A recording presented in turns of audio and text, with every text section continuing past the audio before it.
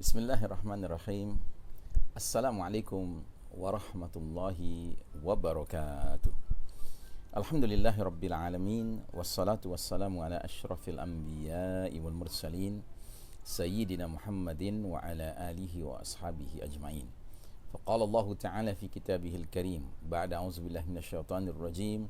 Ya ayyuhalladzina amanu taqullaha haqqa tuqatih wa la tamutunna illa wa antum muslimun. Hadirin jamaah rahimakumullah, alhamdulillah pagi hari ini kembali kita bersyukur limpahan nikmat dari Allah Ta'ala masih mengiringi hidup kita, wabil khusus nikmatul iman wal Islam, nikmat sehat walafiah. Salawat salam sejahtera kita doakan semoga tercurah kepada manusia pilihan Nabiullah Muhammad sallallahu alaihi wasallam, keluarga, sahabat dan para pengikutnya yang setia hingga akhir zaman, dan semoga kita termasuk umatnya yang dirahmati Allah Ta'ala, amin ya rabbal alamin. Hari ini Senin tanggal 20 Juli 2020, kita hampir memasuki awal bulan Dzulhijjah. Kita berada di akhir bulan Dzulqa'dah 1441 Hijriah.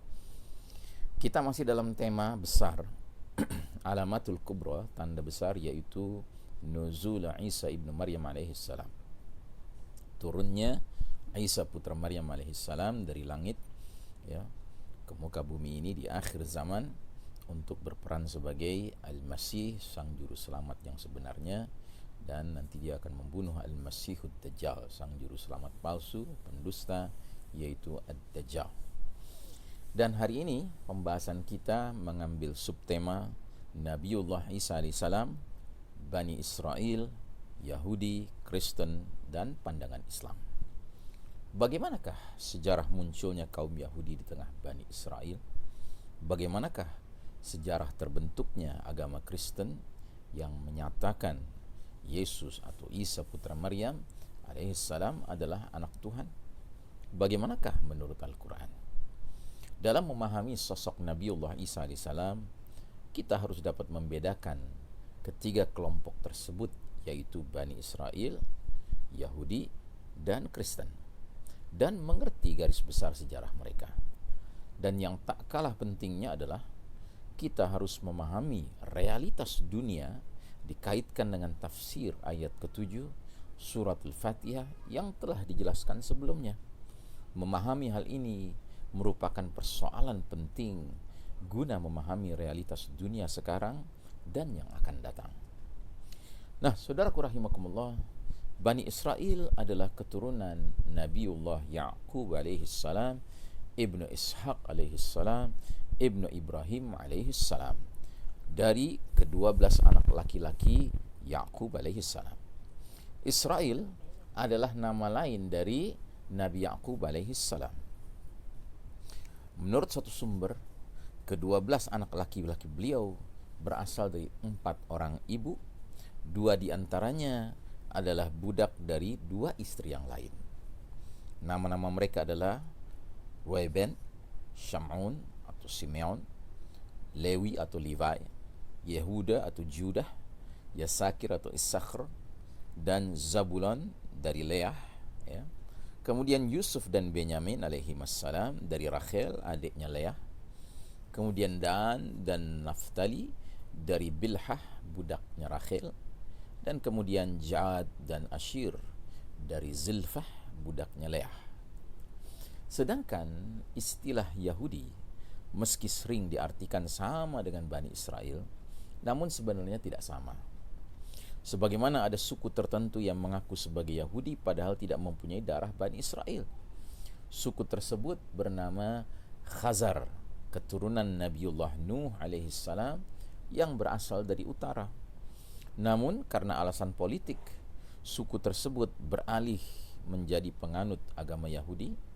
Kemudian mereka ini disebut sebagai the 13th tribe atau suku ke-13 ya. Ini terjadi pada abad ke-10 Masehi ya. Abad ke-10 sebelum Masehi. Dalam berbagai literatur ditegaskan bahwasanya istilah Yahudi dapat menunjuk kepada sekelompok orang yang beragama Yahudi. Dapat juga menunjuk kepada bangsa yang mengaku sebagai keturunan Bani Israel, baik yang asli maupun yang palsu. Seorang yang mempunyai darah Yahudi tetap dianggap Yahudi meski tidak lagi menganut agama Yahudi.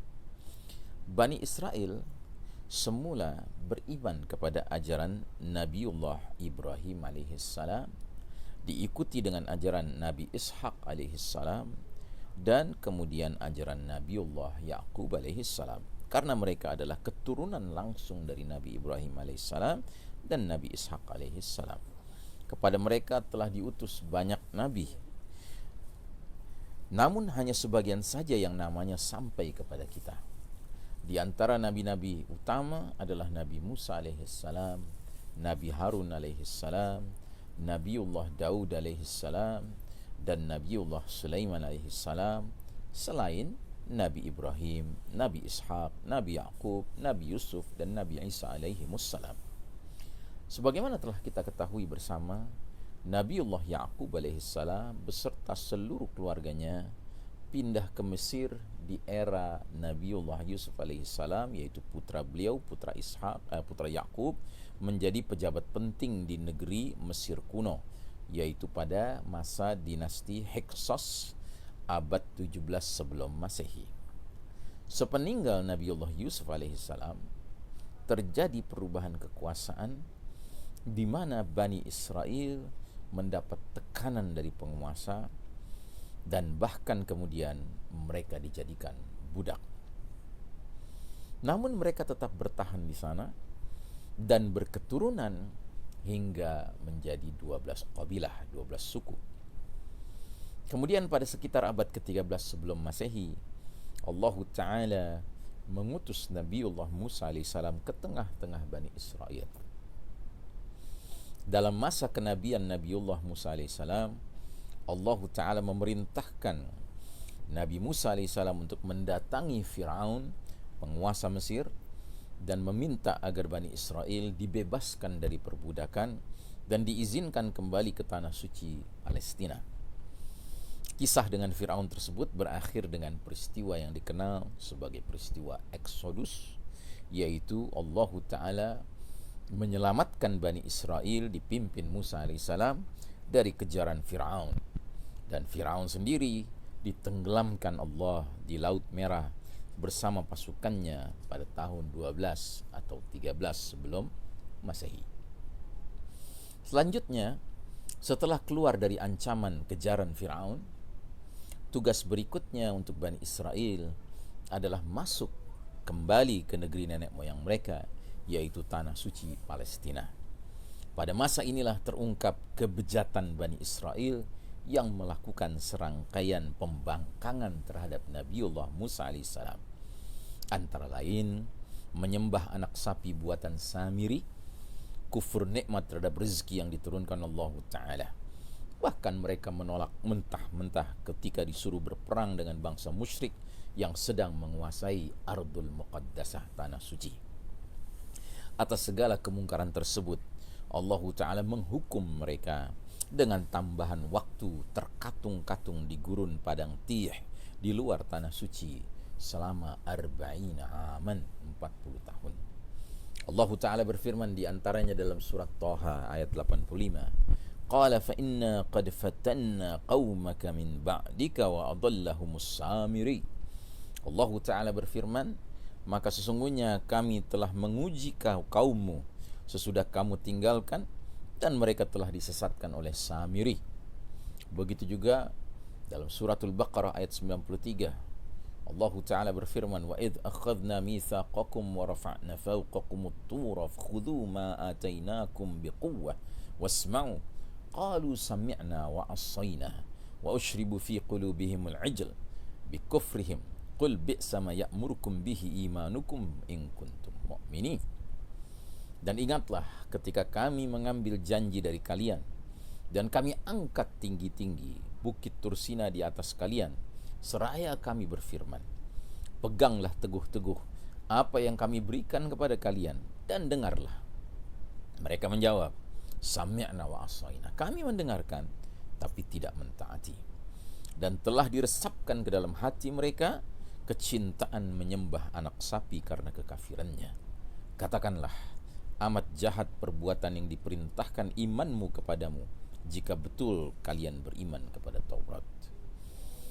Sementara dalam surah Al-Baqarah ayat 61, Allah Ta'ala berfirman, "Wa idh qultum ya Musa lan nasbiru ala ta'amin wahidin fad'u lana rabbaka yukhrij lana mimma tunbitul ardu min baqliha wa qithaiha wa fumiha wa adasiha wa basaliha qala atastabdiluna alladhi huwa adna billadhi huwa khair ihbitu misran fa inna lakum ma sa'altum wa duribat alaihim adh-dhillatu wal maskanatu wa ba'u bighadabin min Allahi dzalika bi annahum kanu yakfuruna bi ayatillahi wa yaqtuluna an-nabiyyina bighairi al-haqqi dzalika bima asaw wa kanu ya'tadun." Dan ingatlah ketika kami berkata, "Wahai Musa, kami tidak bisa sabar atau tahan dengan satu macam makanan saja.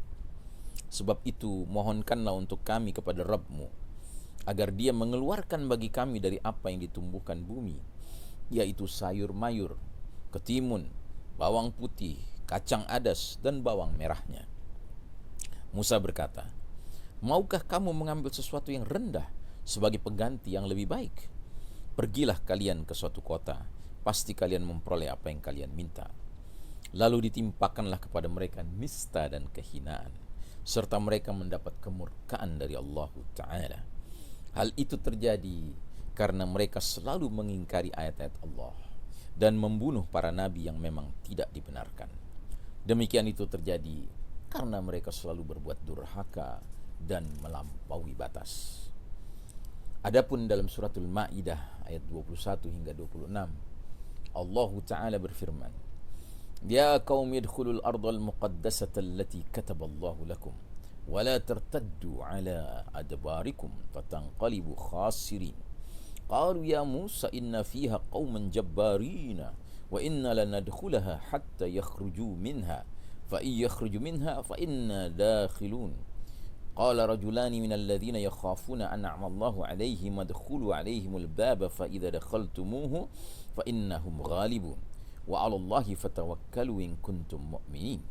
Qalu ya Musa inna lan nadkhulaha abadan ma damu fiha fadhhab anta wa rabbuka faqatila inna hahuna qa'idun. Qala rabbi inni la amliku illa nafsi wa akhi fafruq bainana wa bainal qaumil fasiqin. Qala fa innaha muharramatun 'alaihim 40 sanatan yatihuna fil ardi fala ta'sa 'alal qaumil fasiqin." Hai kaumku, masuklah ke tanah suci Palestina yang telah ditentukan Allah bagimu, dan janganlah kamu lari ke belakang karena takut kepada musuh, maka kamu menjadi orang-orang yang merugi. Mereka berkata, "Hai Musa, sesungguhnya di dalam negeri itu ada orang-orang yang gagah perkasa. Sesungguhnya kami sekali-kali tidak akan memasukinya sebelum mereka keluar darinya. Jika mereka keluar darinya, pasti kami akan memasukinya." Berkatlah dua orang di antara mereka yang takut kepada Allah, yang Allah telah beri nikmat atas keduanya. Serbulah mereka dengan melalui pintu gerbang kota itu. Maka bila kamu memasukinya, niscaya kamu akan menang.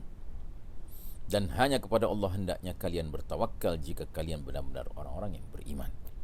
Mereka berkata, "Hai Musa, kami sekali-kali tidak akan memasukinya selama-lamanya, selagi mereka ada di dalamnya. Karena itu, pergilah engkau bersama Rabb-Mu dan berperanglah kalian berdua. Sesungguhnya kami hanya duduk menanti saja di sini." Berkata Musa, "Ya Rabbku, aku tidak menguasai kecuali diriku sendiri dan saudaraku. Sebab itu, pisahkanlah antara kami dengan orang-orang fasik itu." Allah Ta'ala berfirman, "Jika demikian, maka sesungguhnya negeri itu diharamkan atas mereka selama 40 tahun. Selama itu mereka akan berputar-putar kebingungan di bumi padang tih itu. Maka janganlah kamu bersedih hati memikirkan nasib orang-orang yang fasik itu." Jadi, saudaraku rahimakumullah, begitulah tabiat Bani Israel yang tidak pandai bersyukur. Sudah begitu banyak nabi-nabi Allah diutus kepada mereka, membacakan keterangan-keterangan dari Allah Ta'ala. Jangankan mereka mentaati nabi-nabi itu, bahkan mereka dustakan apa yang mereka bawa, nabi-nabi itu bawa. Bahkan mereka bunuh nabi-nabi itu. Pada masa di luar tanah suci inilah Nabiullah Musa alaihissalam wafat setelah sebelumnya mewariskan kitab Taurat dan wahyu, the Ten Commandments atau 10 perintah Allah. Pada masa ini pula lah Nabiullah Musa alaihissalam sempat menunjuk suku Levi sebagai petugas yang dipercayakan menjaga kitab dan batu tabut yang berisi the Ten Commandments itu. Sejak saat itu, suku Levi atau Levi menjadi semacam petugas keagamaan bagi seluruh komunitas Bani Israel. Saat itu suku Levi dipimpin oleh Nabiullah Harun alaihissalam hingga wafatnya. Selanjutnya, Bani Israel akhirnya ditakdirkan Allah masuk tanah suci, dan pemimpin mereka ketika itu, Yusha bin Nun alaihissalam, menetapkan Baitul Maqdis sebagai ibu kotanya. Setelah berada di tanah suci, mereka kembali mendapatkan cobaan berupa berupa penjajahan dan teror dari kelompok yang dipimpin oleh seseorang bernama Jalut. Sedemikian rupa hingga mereka sangat berharap kedatangan Nabi yang perkasa yang dapat memimpin mereka mengalahkan Jalut. Atas takdir Allah Ta'ala, dengan keterlibatan Talut keturunan Benjamin dan Daud alaihissalam yang saat itu sebagai tentara Talut yang masih remaja, akhirnya Jalut dapat dikalahkan. Kisah bersejarah inilah yang terkenal dengan kisah David and Goliath atau Daud dan Jalut. Saudaraku rahimakumullah, kisah Bani Israel selanjutnya adalah kisah Nabiullah Daud alaihissalam dan Sulaiman alaihissalam pada abad ke-10 sebelum Masehi. Untuk itu, sebelum kita lanjutkan, kita cukupkan sampai di sini terlebih dahulu. InsyaAllah kita akan lanjutkan pada pertemuan berikutnya hari Rabu dengan izin Allah Ta'ala. Wassallallahu ala nabiyyina Muhammadin wa ala alihi wa sahbihi wa sallim tasliman. Walhamdulillahi rabbil alamin. Wassalamualaikum warahmatullahi wabarakatuh.